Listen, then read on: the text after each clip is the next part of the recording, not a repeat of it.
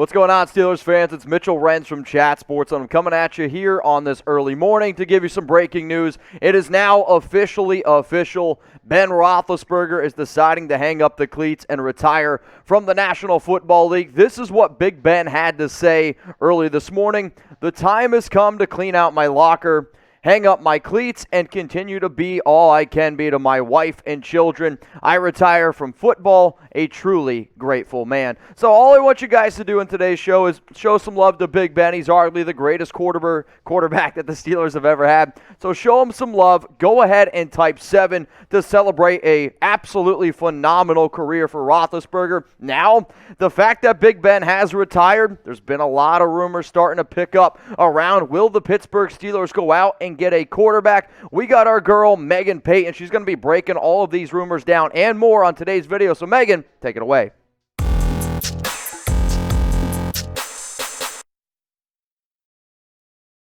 Now, there's going to be a lot of off-season rumors this off-season, but the one that many people want to know is what's going to happen at the quarterback position. So we talk about Aaron Rodgers, we talk about Russell Wilson. How realistic are those options? I don't know. It doesn't seem like they are very realistic. So we're switching gears here for a second. We're going to talk about Jimmy G, Jimmy Garoppolo. Trade rumors have been kind of flying around about him saying that they might want to go with a guy like Trey Lance. Now, it's interesting because they're in the NFC Championship this weekend, yet these rumors have not stopped. They have been linked to Steelers. We've heard Steelers and Jimmy G being a combination. Maybe it's a good thing, maybe it's not, but I definitely wouldn't cost as much as a guy like Aaron Rodgers or Russell Wilson. And it's not a terrible option. Before you guys get upset and say, I don't want Jimmy G on my roster, you've got to point out some things. He's in the NFC Championship. That's something to be said for sure. You look at what he's done in 2021, 3,800 yards, 20 touchdowns, 12 interceptions. So that's numbers really not great. A 68.3 completion percentage. So is he an Aaron Rodgers? No. But is he someone that you think could maybe take this Steelers team to an AFC Championship? I believe so. In 2019, even better, over almost 4,000 yards, 27 touchdowns, 13 interceptions, and he had 69.1 completion percentage. That was Super Bowl year. So again, he's a person that can get you to playoffs. He's someone that can win you big games. That's important. So he's a veteran with that postseason success. That's what I think about when I think about the positives of a guy like Garoppolo in Pittsburgh. He won't give up too much capital. That's big because the Steelers are going to want to rebuild probably a lot of different areas of their roster. He has a 33-14 record as a starter. So that also is pretty good. The numbers and the stats might not show it. He might not be a top 5 quarterback, but he's someone that I think could help. Now we look at the cons. As we said, is he an elite quarterback? Not really. He's had injury issues. That also becomes concerning because what do you do if he gets hurt? And then also, he's just not the athlete that you look at when you see a guy like Patrick Mahomes or you see Russell. You see these guys that are just so athletic. It's not what comes to mind when you think of Jimmy G. I don't think that this is a bad route, though, for Pittsburgh to go. I'll ask you guys this. Do you want to trade for Jimmy G? Think about your options. There's not fantastic ones, so I think that this could be a realistic option. Go to the comments right now, type Y for yes or type N for no.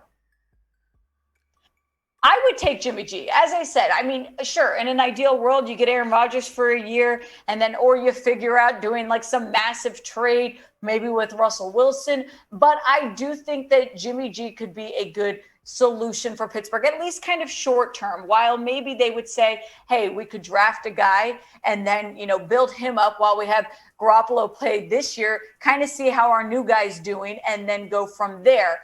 But we are going to switch gears on the quarterback side of things and talk about one of the Steelers' best wide receivers, Chase Claypool, who's been a little off and on this season, but he reflected on his second season with a series of photos on Twitter.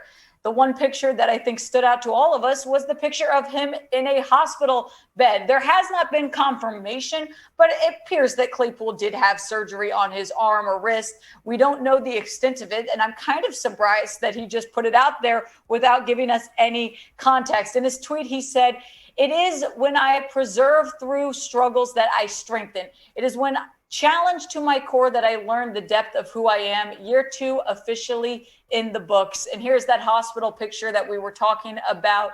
Clearly recovering. Clearly looks like some sort of surgery has happened. I don't think that it was probably a major thing. I think it probably was something minor, which is good news for the Steelers. I think he's going to recover, be totally fine. But Claypool is someone that you do want back on your roster and healthy. I know that he made some poor decisions this season. I know we talk about some of the games that he may or may not have cost Pittsburgh, but ultimately he's a young guy. He's learning. I like him on Pittsburgh's roster. I think that he is going to be a dominant player in this league. He's just got to get the emotions in check and hopefully heal up from this mystery surgery that we had no idea about. We're going to talk a little bit more about Claypool, but first I'm going to shift gears to something positive. This is a awesome sale going over on at Fanatics. If you guys go to chatsports.com/Steelers sale, you can get a ton of cool Steelers gear on sale. You guys know I love the Aaron Andrews pullover. Get this for your wife, girlfriend, friend, mom. I don't care. If you get it for a girl, they're absolutely going to love it. And then, of course, we've got the scarves. We got the gloves. There's still the Darius Rucker vest. They've got hats. They've got fluffy socks. It's the off season, guys. Get something fun to wear around the house, hang out, and rep the Steelers because 2022 is coming up. And I do think that Steelers are going to bounce back and be able to survive without Ben Roethlisberger. But let's go back to Chase Claypool, what Mike Tomlin said about injuries last week. Last week in his press conference, he said it doesn't appear that there's any significant surgeries for anyone as we sit here today. Any of the surgical procedures that needed to be done have already been done, and so that's positive. All right, so that's somewhat concerning because Mike Tomlin told us, hey, no, we're pretty much good on all the surgery stuff. Then Claypool's posting this picture, so what happened? That's what makes me think, though, if it was something major, Mike Tomlin would have known about it. He would have told us about it. I do think that it was probably something minor going on with Claypool that they decided to handle during the offseason. But, of course, these are things we'll keep you guys updated with. Just to go back, though, talk about Claypool, because as we said, he's been up and down, I'd say in 2021. I just want you guys to reflect back on the season and grade Chase Claypool's performance. We're going to scale this A, B, C, D, or F. So go to the comments right now and let me know how you would, rate Chase Claypool as a whole in 2021. And of course, guys, as we find out more about Claypool's injury or really any Steelers offseason news, there's going to be trade rumors, there's going to be draft talks, there's going to be free agency. Now's the time to subscribe because this content isn't going away. I love the offseason. I think there's a lot of fun things to talk about. By the way, they got to fill the defensive coordinator role. So if you have not, please go right now to youtube.com/Steelers TV or click that big red button below the video so you stay in the know with all things Steelers. Now, another job maybe on the line for Pittsburgh is offensive coordinator Matt Canada. Steelers ranked bottom half of the league in pretty much every statistical category this year. Not everyone, but a lot of them.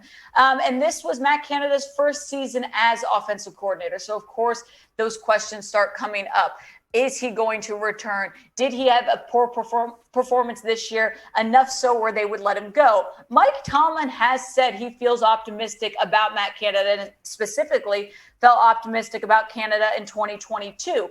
So I do think that it's no doubt that Matt Canada and this offense did struggle this year. And I think there was a lot of factors into that. Doesn't help when you've got Juju Smith-Schuster out for a season, and it doesn't help with Big Ben kind of being a little slower, as we talked about, just not being able to perform at, the height of his career 5, 6, 7 years ago. I do think Matt Canada had some play calling issues that he's going to need to clean up. Here are just some of the stats from this season. I'm not going to read you all of them, but you can just look at where the Steelers kind of fall. Most of them are either in the 20s. You've got some high in the teens. The only really one that sticks out as far as, good performance by the Steelers is the red zone touchdown scoring percentage. They were 5th on defense. So you can thank TJ Watt, Cam Hayward, and of course Mike Tomlin for making that happen. But offensively, some struggles. 28th in the league in yards per play. They were 30th in the league pass yards per attempt, and really in the 20s with everything else. So offensively, they are going to need to shift things up. We know defensively they are too.